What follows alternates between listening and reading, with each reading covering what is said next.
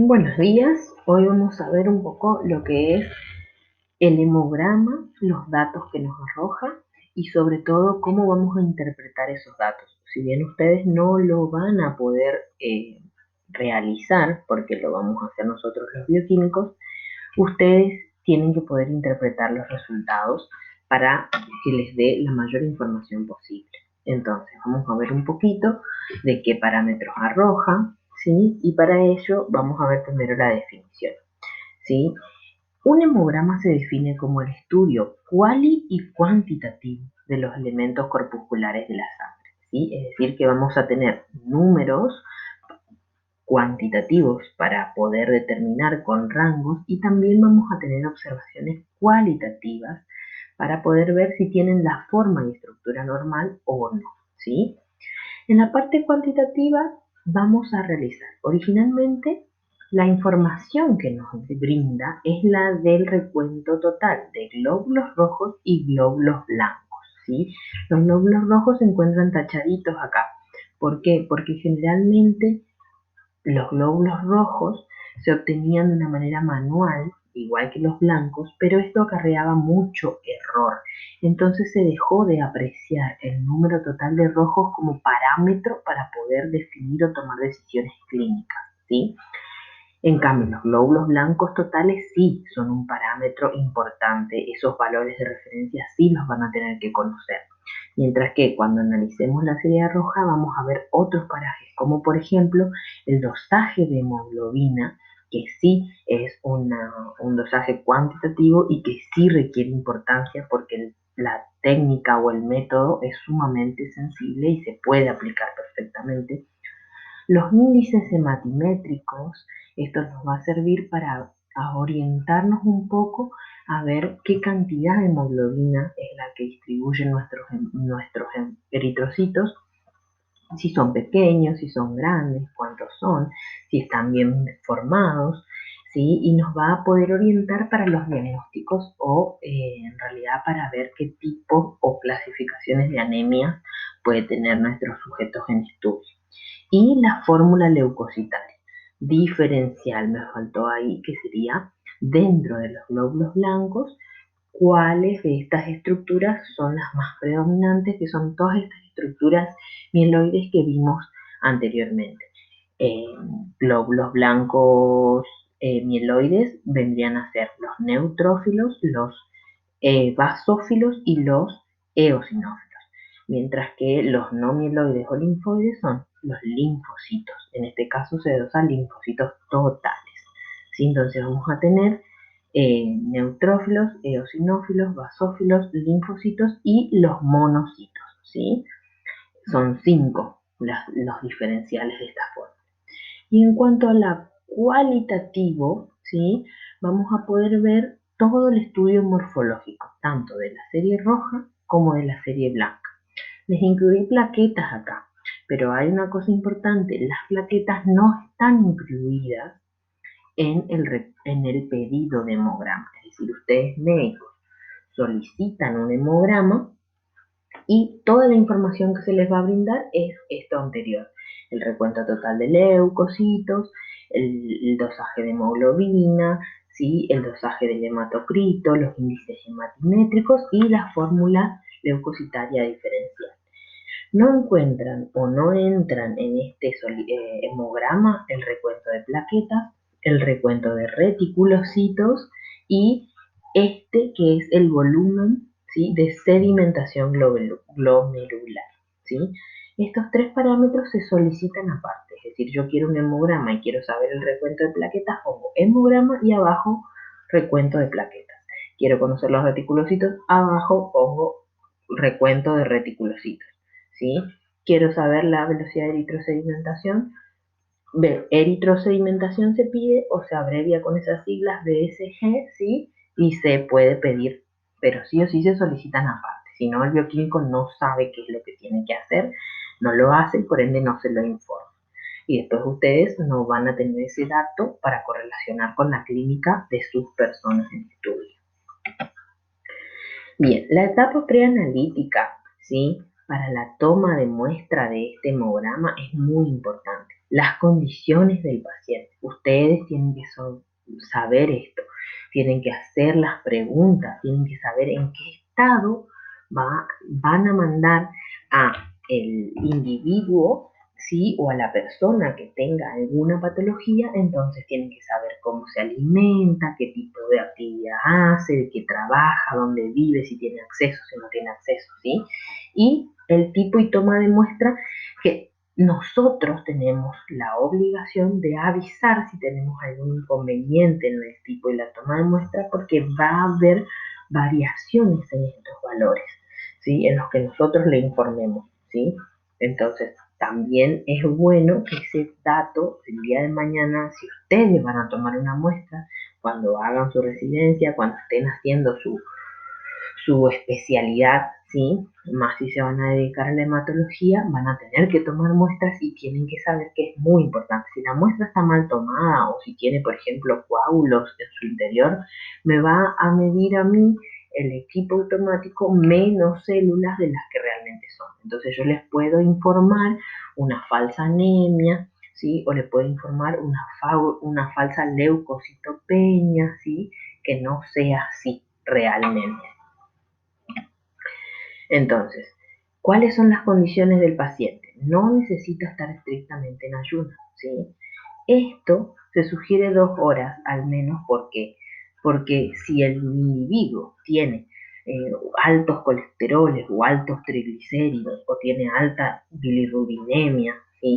Son compuestos que van a impedir o van a generar que se aglutinen o van a generar una molestia a la hora de realizar el conteo. La fluidez de la sangre va a ser muy espesa, va a estar deshidratada, se va a complicar el recuento, ¿sí? Pero no necesita las 8 horas de ayuno que necesitamos siempre para determinar eh, algún análisis clínico, como ser una glucemia o un colesterol total o un hepatograma, ¿sí?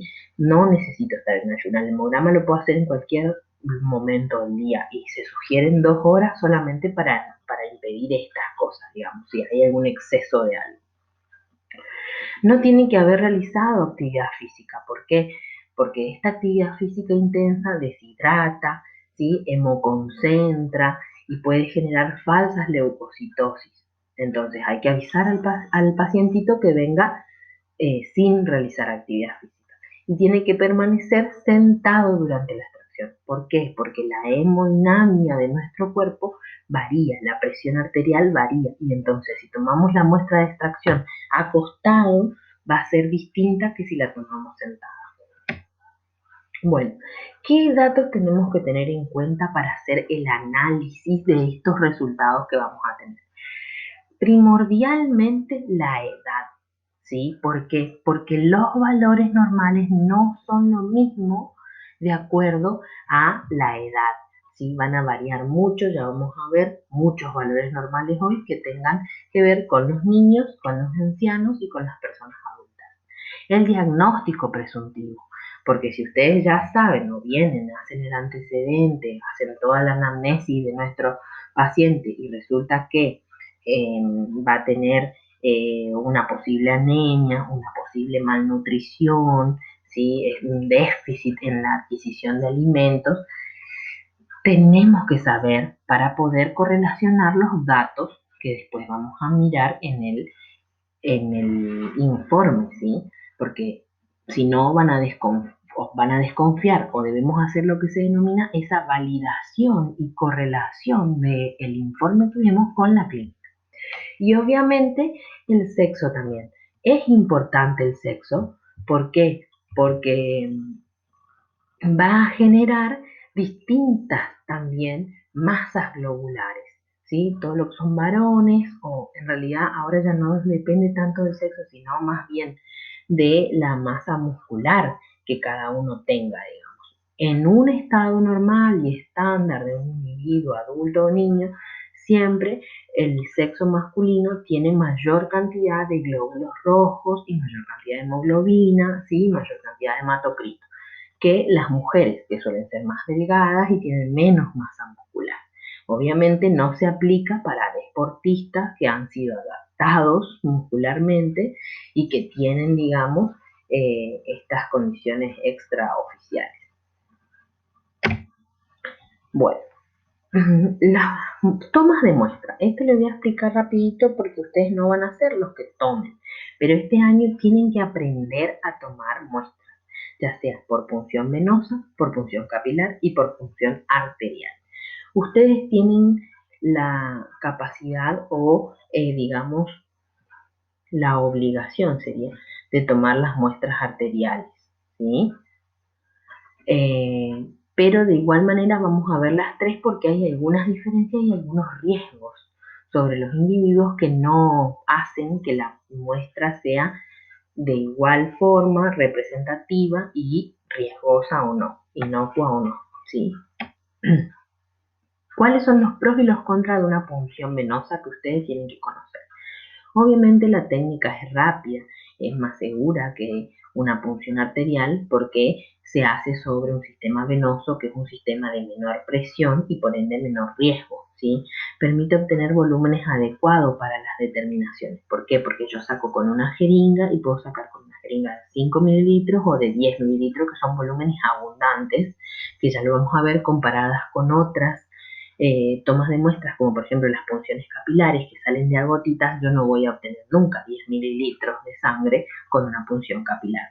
Entonces es una ventaja, ¿sí? Permite repetir el análisis en caso de dudas, ¿sí? Porque al no ser tan riesgosa se puede repetir si se coagula, si hay algún problema, si tenemos una duda de que no está bien o puede haber sido que estaba muy deshidratada o que justo le tomaron, por ejemplo, la muestra de sangre de una vena en donde pasaba el suerito y entonces le salió nada, le salió todo el suero, la solución fisiológica mezclada, qué sé yo, cosas que pueden pasar. Entonces necesitamos repetir y reduce los posibles errores en la punción capilar, ¿sí? ¿Por qué? Porque justamente como yo les decía, en la punción capilar obtenemos menos volumen que en la punción venosa. ¿Cuáles son las desventajas que tiene? Podemos obtener resultados erróneos por hemoconcentración. ¿Cuándo se produce esta hemoconcentración? Ustedes lo van a ver el cuatrimestre que viene, si Dios quiere, y podemos volver a las aulas, a los laboratorios, a la punción venosa.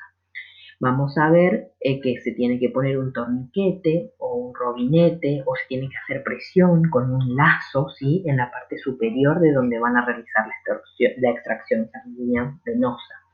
Si este lazo permanece mucho tiempo, obviamente está cortando la circulación de esas venas y se produce lo que se conoce como hemoconcentración. Y van a tener hematocritos y hemoglobinas mucho más altos de lo que en realidad tiene el paciente. O sea que, ojo, ¿sí? Otra desventaja es que puede producir, obviamente, hematomas y dolor, ¿sí? ¿Por qué? Porque si les cuesta, si no encuentran la vena o si pasan el bisel a través de todo el largo de la vena y le producen, digamos, una extravasación, va a generar la liberación de sangre y va a generar un hematoma. Eso puede tardar días en irse y producir dolor a la persona. No se recomienda esta toma de punción venosa en neonatos, ¿sí? O pacientes quemados. Obviamente que en pacientes quemados es de difícil acceso dependiendo del grado de la quemadura y porque también generan, están muy deshidratados y entonces generan hemosconcentraciones. Y en neonatos, porque obviamente son muy pequeños, ¿sí? Como para sacar volúmenes tan grandes, se recomienda en los neonatos la punción capilar. Obviamente en pacientes oncológicos tampoco se recomienda. ¿Por qué?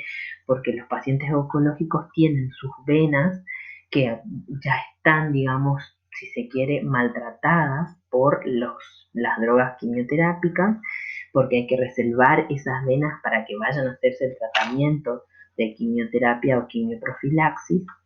Entonces es mejor no tocar las venas y no generar un punto de acceso para una posible infección. La punción capilar, dijimos que las ventajas son que resulta muy sencillo para los neonatos y para los niños, que son las punciones, por ejemplo, sangre capilar.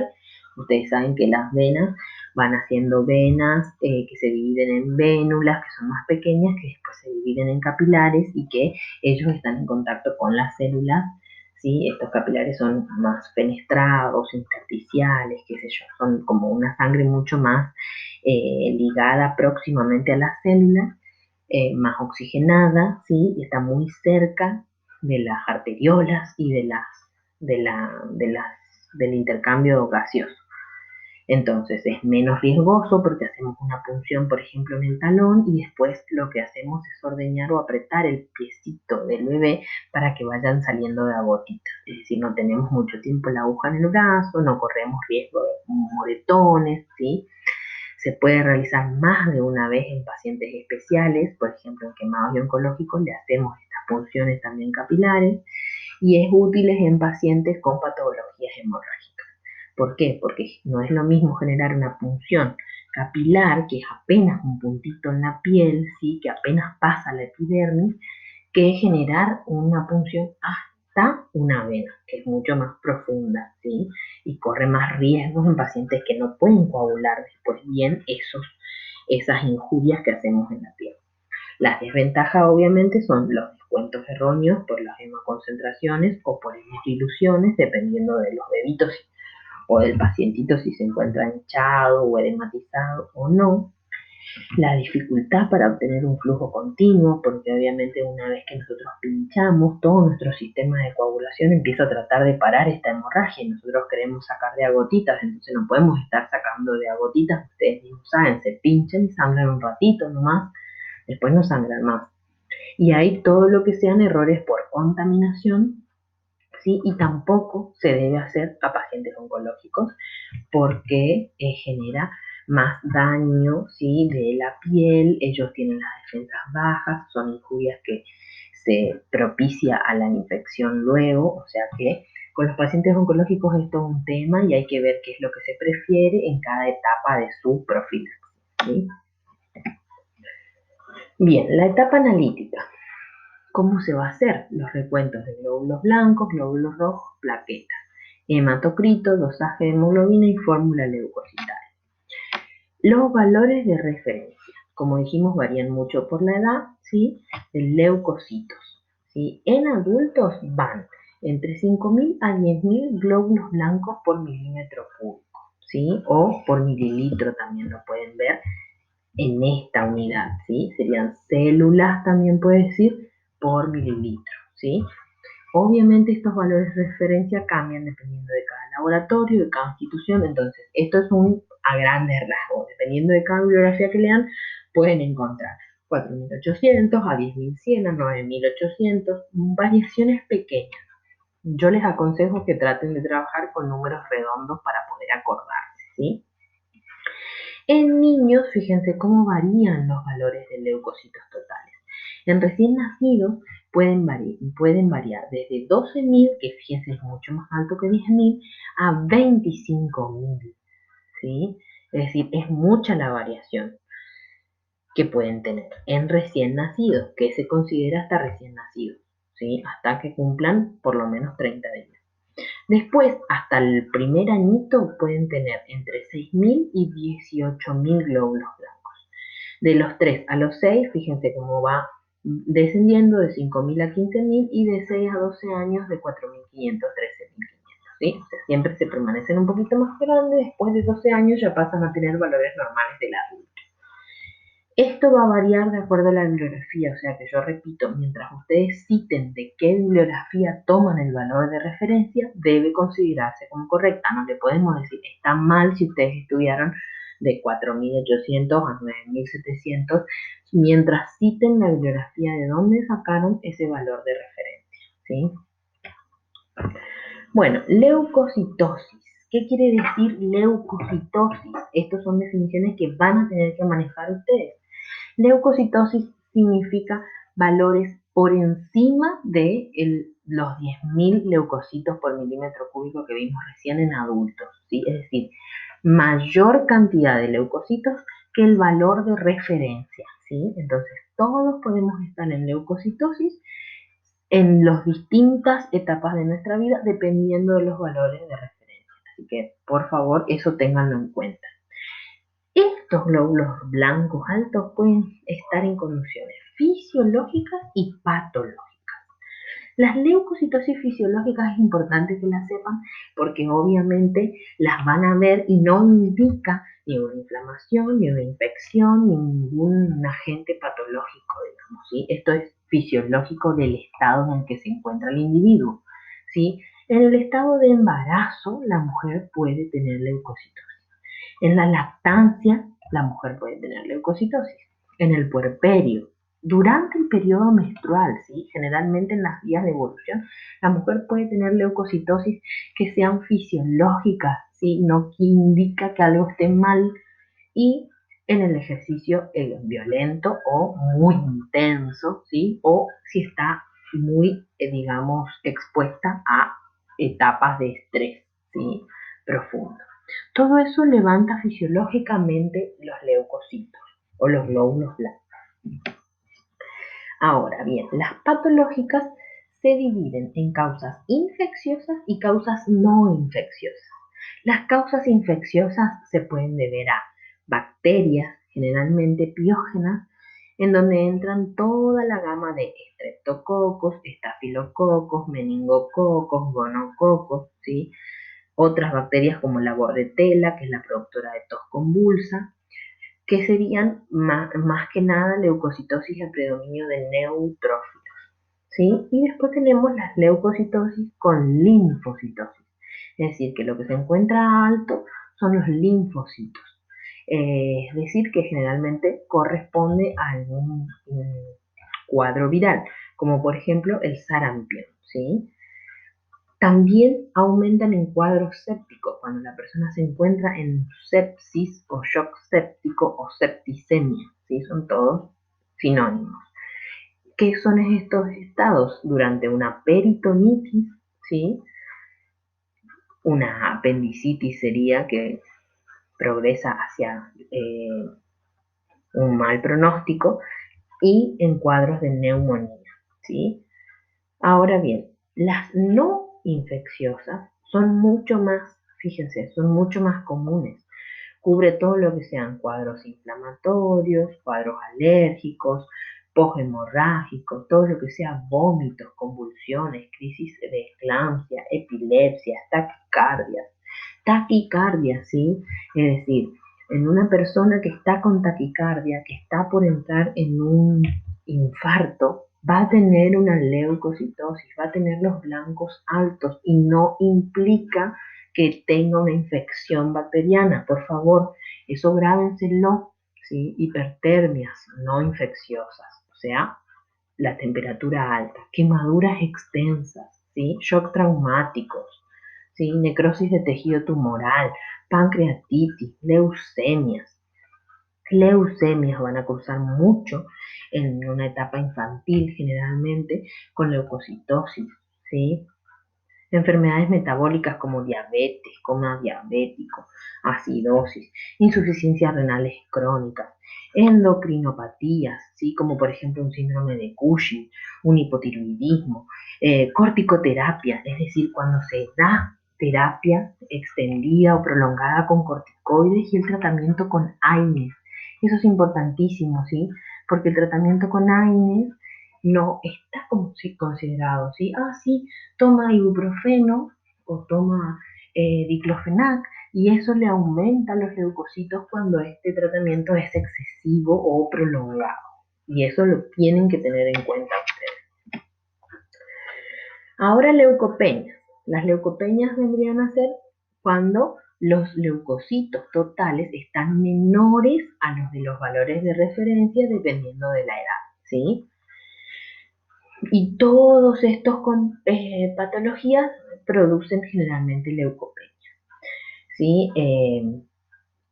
Infecciosas, por ejemplo, la fiebre tifoidea y paratifoidea. Ahora, por ejemplo, que estamos en esta temporada de dengue, el dengue suele causar con leucopenia, ¿sí? O con linfocitosis, una sepsis, mala evolución. Casi todas las virosis, fíjense, sarampión, varicela, gripe, neumonía. Cuando dije gripe y dije virosis, entran las influenzas, ¿sí? Nuestro COVID nuevo, todos esos pueden cruzar con leucopenias también. No necesariamente tienen que ser leucocitosis todas las infecciones, ya sean virales o bacterianas, ¿sí? Intoxicaciones, hemopatías, vieron leucemias, también producen las leucemias, así como producen leucocitosis, pueden producir leucopenias. Cirrosis, ¿sí? Hepáticas, leucopénicas alérgicas, ¿sí? Quimioterapia, la quimioterapia baja los glóbulos blancos, así como los puede subir en algún momento, ¿sí? Lupus eritematoso sistémico, ¿sí? Y el tratamiento con AINES nuevamente produce leucopenia, ¿sí? Bueno, acá tienen unos cuadros que les voy a dejar para que los vean bien, en detalle, ¿sí? Tranquilos. Son los leucocitos totales, cómo varían según la edad. ¿Sí? Entonces ustedes tienen al nacimiento, las 12 horas, 24 horas, la primera semana, la segunda semana, el primer mes, el sexto mes y los años. Esta es la media y esta es la desviación estándar, ¿sí? Estos leucocitos totales. Pero después van a tener acá también neutrófilos, linfocitos, monocitos, eosinófilos. Es importante que ustedes vean que hay una edad determinada en los individuos, ¿sí? En donde van a tener, generalmente en los niños, una inversión de la fórmula, se llama. Vamos a tener más linfocitos que neutrófilos, ¿sí? Fíjense, les puse este gráfico justamente para poder verlo acá. Tienen los linfocitos en verde, los neutrófilos en rosado y este es el recuento total de glóbulos blancos o los leucocitos totales. Ven cómo aumenta y hace el pico a las 12 horas del nacimiento, que llega a ser entre 20 y 25 mil, que les dijimos que es normal en recién nacidos, y después va decayendo hacia la primera semana y fíjense, ¿cuándo pasa el rango de los 10.000? A los 2 años, o sea que hasta los 2 años los niños pueden tener leucocitosis fisiológica, ¿sí? Ahora bien, también fíjense esto, entre aquí y aquí, ¿qué pasa? La fórmula leucocitaria es lo que se encuentra invertida, como yo le decía. Los valores normales, ya sea en humanos adultos, como va atendiendo acá, o en recién nacidos, ¿sí? Porque es el shock del nacimiento, del estado de adaptación brusco que sufren los niños al nacer, ¿sí? Que se tienen que adaptar a toda la vida extrauterina, produce un aumento de neutrófilos, ¿sí? Pero a lo largo del tiempo y cuando empieza aproximadamente la segunda semana de vida hasta aproximadamente los 4 años, los niños van a tener los linfocitos más altos. ¿Por qué? Porque está ocurriendo todo este periodo que nosotros dijimos o hablamos la clase anterior de educación de estos linfocitos, de maduración. El timo está funcionando a full con estos linfocitos T, la médula, los órganos hematopoyéticos, ¿sí? Están funcionando a full generando defensa. Todo este periodo es el periodo de vacunación de los niños, donde yo les pongo todas las vacunas y genero la respuesta. Esta respuesta se hace a partir de linfocitos T, linfocitos B de memoria, que van a seguir estando para generar anticuerpos. Entonces es lógico pensar que los linfocitos van a estar mucho más activos durante ese periodo de la vida, ¿sí? Y una vez pasado ese periodo se vuelve a invertir la fórmula. Esto es importante que también lo sepan, ¿sí? Y el recuento de glóbulos blancos general va a ir descendiendo hasta llegar entre 5.000 y 10.000 en personas adultas. Bien, entonces, tenemos que analizar eso en cuanto a serie blanca. Y ahora vamos a ver lo que sería serie roja, ¿sí? Glóbulos rojos. ¿Qué vamos a ver de glóbulos rojos?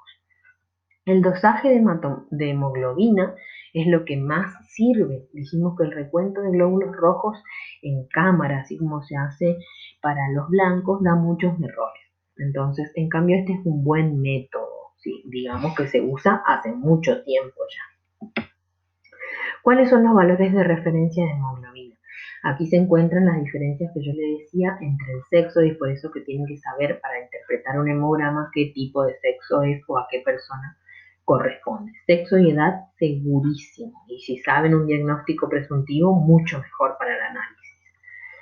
Tenemos, según la bibliografía, entre 11,5 y 14 miligramos por ciento, o también van a encontrar miligramos por decilitro, son valores normales en mujeres.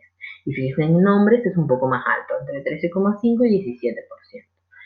De acuerdo a cada laboratorio se pueden fijar valores de referencia diferentes. Entonces, acuérdense de citar la bibliografía para que nosotros podamos saber de dónde sacaron esos valores de referencia. Y si podemos aunar criterios y usar o la tablita que les dan en el centro de estudiantes o bien manejarnos con valores del Guyton por ahora, ¿sí? Eso es hemoglobina. Otro parámetro que vamos a medir, obviamente me olvidaba, cuando la hemoglobina se encuentra por debajo de este 11,5 en mujeres y de 13,5 en varones, o de 12 si se quiere del laboratorio, depende de la definición que busquen, podemos decir que estamos en presencia de una anemia. ¿Por qué? Porque estamos con menos hemoglobina y con menos glóbulos rojos de lo normal, ¿sí? Bueno, el hematocrito o volumen globular. Este hematocrito lo van a usar mucho en la vida diaria, ¿sí? La definición dice que es el volumen de masa globular, es decir, el volumen de glóbulos rojos, expresado como porcentaje. ¿Por qué? Porque se encuentra en un volumen de sangre total. Es decir, tenemos el número de glóbulos rojos en el volumen de sangre, ¿sí? Que es el volumen plasmático, que tiene agua. Entonces, cuando yo estoy deshidratada, siempre voy a tener menos líquido o menos volumen total y entonces la misma cantidad de rojos me va a aparecer en porcentaje que tienen más, ¿sí? Eso siempre tengo que considerar, no es un valor absoluto, siempre depende de es como una concentración, ¿sí? Del volumen de sangre depende. ¿Cuáles son los valores de referencia? Obviamente varían, en el recién nacido es muy abundante, entre 52 y 65%, en varones entre 40 y 48 y las mujeres entre 36 y 46. Obviamente esto dijimos que es por la diferencia de masa muscular. Y en los niños este aumento se debe a que están generando este cambio de hemoglobina, porque la hemoglobina con lo que nace un recién nacido es hemoglobina fetal y tiene que pasar, convertir sus cadenas de hemoglobina a otra hemoglobina y va a ser un recambio, ¿sí? Entonces va a tener primero un aumento y después va a tener una disminución que también es fisiológica o una anemia fisiológica del recién nacido, así se llama. Así que eso también tienen que tener en cuenta. Bueno, valores bajos, por debajo de esta hemoglobina de 12 miligramos por decilitro o gramos por ciento, vamos a tener lo que se denominan anemias, ¿sí? Tenemos también fases de recuperaciones de pérdida de sangre, es decir, suele pasar en los accidentes, traumatismos o cirugías en los que los individuos pierden mucha sangre y entonces empezamos en esta fase de recuperación, tenemos valores bajos. Y en embarazadas. En embarazadas, ¿por qué? Porque las embarazadas se consideran personas hemodiluidas, ¿sí? Están con una carga hormonal altísima, esta carga hormonal retiene líquidos, ¿sí? Entonces están como en un estado de edema continuo y estos edemas y este aumento del líquido y de todo este movimiento de cosas que están realizando hace que el volumen total de sangre sea mayor y por ende el hematocrito sea menor, ¿sí?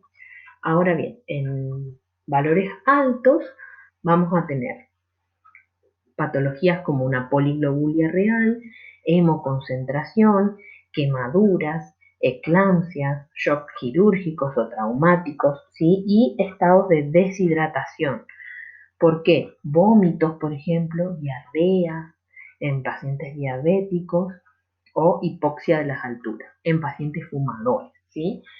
En cuanto a los estados de deshidratación, que es lo más común que van a ver, pacientes que llegan con vómitos y diarrea, es lo mismo que pasaban embarazadas, digamos, pero al contrario. ¿Qué estamos haciendo? Estamos perdiendo líquido, ¿sí? Ya sea por la deshidratación o por los vómitos, por la diarrea, estamos perdiendo volumen total de líquido. Entonces, para poder compensar la sangre, va a perder volumen para llevar hacia los otros tejidos y va a quedar como hemoconcentrada. Va a haber la misma cantidad de glóbulos rojos, pero en menor volumen total. Y eso va a hacer parecer que tenemos valores altos de hematocrit. Ahora bien, en fumadores se da otro fenómeno. Como los fumadores, al incorporar nicotina y monóxido de carbono en sus pulmones, el monóxido principalmente tiene mucha más afinidad por la hemoglobina, o sea, la hemoglobina tiene mucha más afinidad por el monóxido de carbono que por el oxígeno. Y se va a unir al monóxido entonces de manera irreversible. Esa hemoglobina y ese glóbulo rojo con monóxido de carbono ya no me sirve, pero va a circular los 120 días, ¿sí?, por mi circulación. Como no va a transportar oxígeno, no va a cumplir su función. La médula va a detectar, sea la médula o los órganos, esa disminución de oxígeno como una hipoxia y va a estimular a la producción de más glóbulos rojos.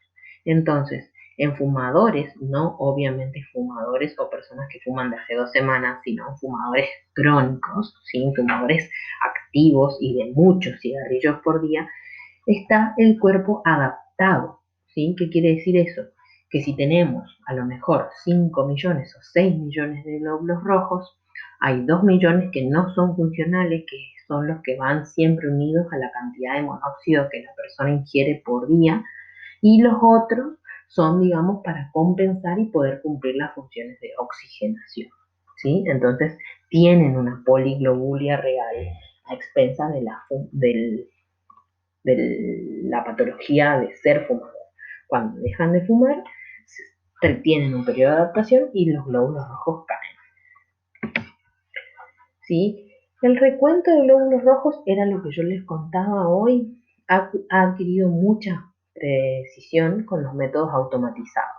Entonces, los métodos que se hacen en cámara ya quedaron obsoletos. Si no tenemos métodos para automatizar, es mejor que nos llevemos por los otros dos parámetros que yo les di recién, la hemoglobina y el hematocrito. Es decir, no ha perdido importancia conforme pasa el tiempo, ¿sí? Estos son los valores de referencia. Fíjense que son en millones todos, es decir, que son mucho más glóbulos rojos que glóbulos blancos los que tenemos. Y fíjense bien las unidades, chicos, porque no pueden estudiar valores de referencia sin saber las unidades. Entonces, estas son millones de glóbulos rojos o de células por milímetro cúbico o por mililitro, ¿sí? Por favor, presten atención, eso les dejo para que vean también cómo varían conforme cambia la edad de los individuos. Y aquí tenemos, ya van siendo los últimos, los índices hematimétricos, ¿sí? Esto también es importante que lo sepan a la hora de clasificar anemias, por ejemplo, o patologías de la sangre, ¿sí? El BCM, ¿sí? El famoso BCM o volumen corpuscular medio. Expresa el volumen medio del glóbulo rojo, ¿sí? El volumen promedio que tienen todos los glóbulos rojos. ¿En qué se mide? En femtolitros, ¿sí? Por eso la FL. Y aquí tienen los valores normales, son 90 femtolitros más menos 5. Van a encontrar también otros que digan 90 femtolitros más menos 8, ¿sí? Depende de la bibliografía, van a haber variaciones. Esto nos quita que entre 85 y 95 femtolitros estén todos los glóbulos rojos promedio. ¿Y cómo se calcula? Si no conozco el BCM, pero conozco el hematocrito y el recuento de glóbulos rojos total, así, de esta manera, el hematocrito por 10 sobre los glóbulos rojos totales.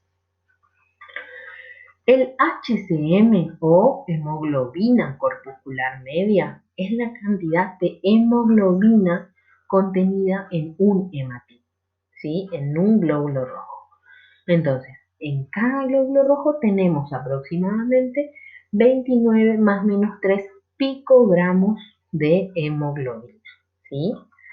También tenemos su cálculo, es la hemoglobina por 10 sobre el glóbulo rojo.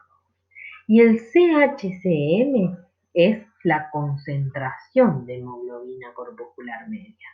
Entonces, si es concentración, ya no va a ser una unidad de picogramos de cantidad de hemoglobina sola, porque no es, porque este vendría a ser sobre 1, que es un glóbulo rojo, ¿sí?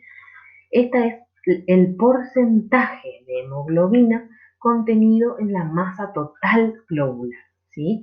Es decir, que va a considerar toda la hemoglobina que va a circular por la cantidad total de glóbulos rojos que serían el hematocrito, ¿sí? Entonces, es la hemoglobina por 100 sobre el hematocrito, no sobre los glóbulos rojos totales, ¿sí? Porque hace referencia a la masa globular total.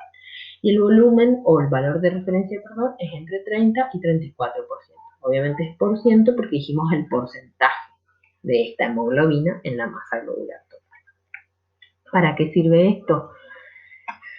Para clasificación de anemia. ¿Por qué? Cuando hagamos referencia al volumen corpuscular medio, es el volumen del eritrocito. Si yo digo que tengo un eritrocito de 80 femtolitros, estoy hablando de un eritrocito pequeño, pequeñito, ¿sí?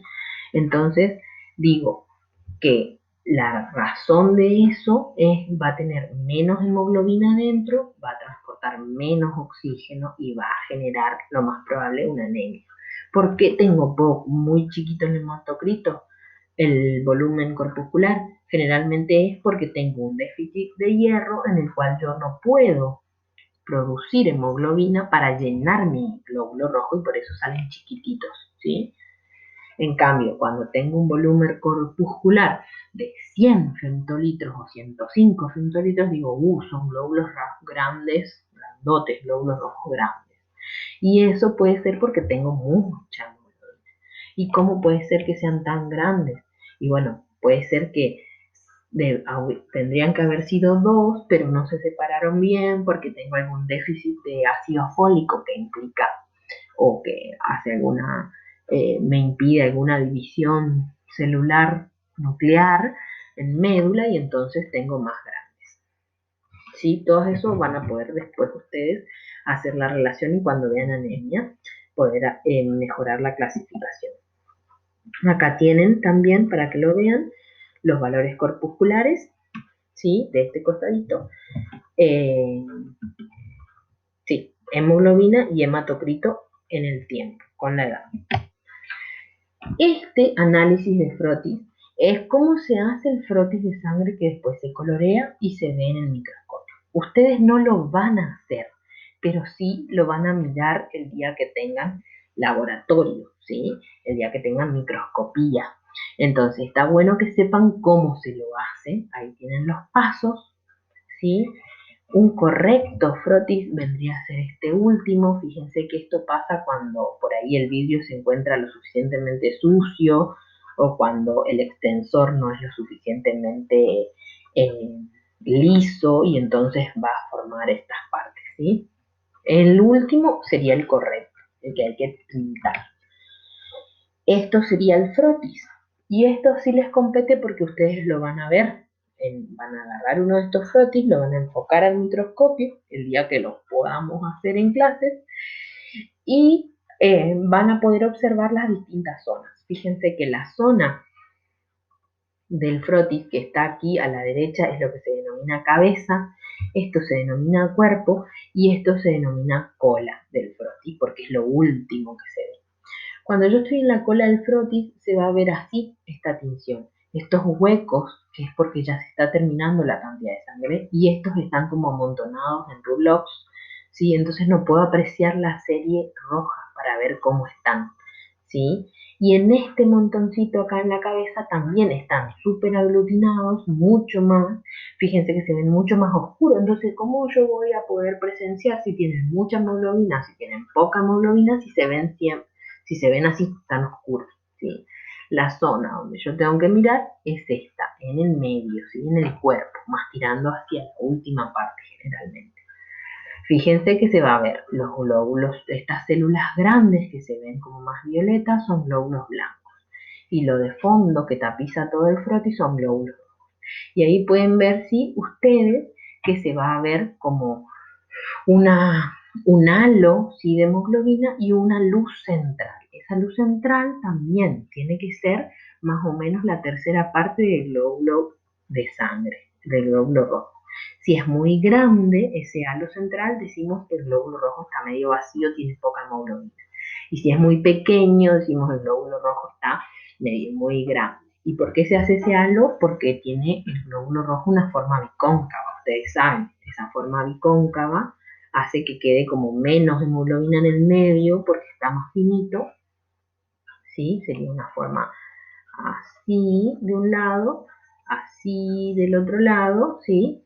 Y acá está como más gordito de ese lado y de este lado, que hace que cuando ustedes, esto sería un glóbulo rojo visto de costado, cuando ustedes lo ven de frente, van a ver, digamos, el redondito con el halo blanco y todo esto pintado de amarillo, ¿sí? O sea, de rosado sería para ustedes. Entonces, estamos más o menos con esto, es lo que ustedes van a tener que buscar y enfocar y visualizar y graficar el día que hagan los laboratorios de sangre. Vamos a tener que reconocer también estas estructuras. Si ya vimos glóbulos rojos, vamos a ver glóbulos blancos. Entonces, las estructuras que ya conocimos, por ejemplo, un neutrófilo, que dijimos polilobulado, ¿sí? Los núcleos se ven bien marrón y el citoplasma se ve rosado. El basófilo, que dijimos, tiene unas granulaciones tan densas y tan oscuras que no permite ver abajo cómo está dispuesto el núcleo, ¿sí? Este es un linfocito, que dijimos los núcleos son bien densos y son grandes, ¿sí? Al lado del neutro, fíjense que ocupa mucho más espacio y apenas una barrita de citoplasma. Esto es un neosinófilo, que generalmente dijimos es bilobulado, son dos los núcleos, y las granulaciones no son tan azules como las del vaso, sino son más bien rojitas y bien grandes, o naranjas, por ahí se ven, depende de las dimensiones, los distinguen bien. Y esto es un monocito que, fíjense, tiene generalmente el núcleo arriñonado, no tan condensado como el linfocito, por ende ustedes lo van a ver así, como si fuese vidrio esmerilado, supuestamente, a mucha voluntad, pero van a ver esos blanquitos dentro, es decir, no está tan condensado, porque pasa la luz. Y un citoplasma azurófilo, azul, ¿sí? También bien clarito, o a veces se lo dice grisáceo, ¿sí? Característico del núcleo en herradura de un monocito. Acá tienen otro, por ejemplo, este es otro linfocito, este es un monocito que se está activando, está vacuolado, tiene todas vacuolas, ¿ves? Está por comer seguramente alguno de estos glóbulos rojos. Acá tienen un neutrófilo, un neosinófilo, perdón, que lo ven bilobulado y con las granulaciones que se supertiñen, que es similar a este, ¿sí? Y esta que es una coloración que no está muy buena.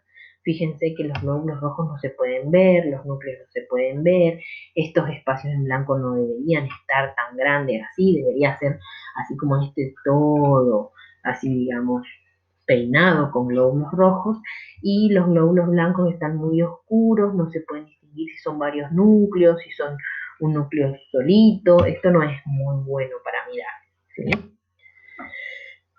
La fórmula leucocitaria se cuenta en este frotis, ¿sí? En este frotis que nosotros vimos recién en el microscopio, ustedes tienen que contar 100 elementos recorriendo el campo, así como está acá, van para abajo y suben para arriba, recortando esto se llama guarda romana, entonces ustedes siguen este patrón de guarda romana desde la cola hacia el cuerpo y van a ir encontrando cada uno de estos compuestos. Van a contar 100 elementos en total y después van a sacar el porcentaje de esos 100 elementos. Entre 50 y 70 tienen que ser neutrófilos. Entre 20 y 40 tienen que ser linfocitos. 0 a 1 de basófilos. O sea, si encuentran un basófilo va a ser wow. Entre 0 y 8 de eosinófilos y entre 4 y 6 de monocitos. Todos los valores van a cambiar de acuerdo al laboratorio, de acuerdo a la bibliografía. Entonces, tratemos de consensuar un valor o digamos, eh, consensuar un valor que sea estándar para que lo podamos manejar todos o citar la bibliografía, ¿sí? Bueno, acá lo tienen. Los leucocitos según la edad, cada una de las formas, como neutros, linfos, monos y eosinófilos. Los basófilos no son comunes. Ay, perdón, se me fue. Y el recuento de glóbulos, otra vez, para que lo tengan en cuenta, recuerden que en este periodo de la vida, entre acá y aquí, entre los 4 años y más o menos la primera o la segunda semana de vida en realidad, van a tener más linfos que neutros. ¿Sí? Esto recuérdenlo porque es normal, es fisiológico en los niños. Y bueno, hasta acá llegamos con la interpretación. Después, si podemos, les vamos a mandar casos clínicos para que ustedes lo analicen y si no podemos, lo haremos cuando comencemos las clases presenciales otra vez. Espero que les sirva. Nos vemos la próxima. Chau, chau.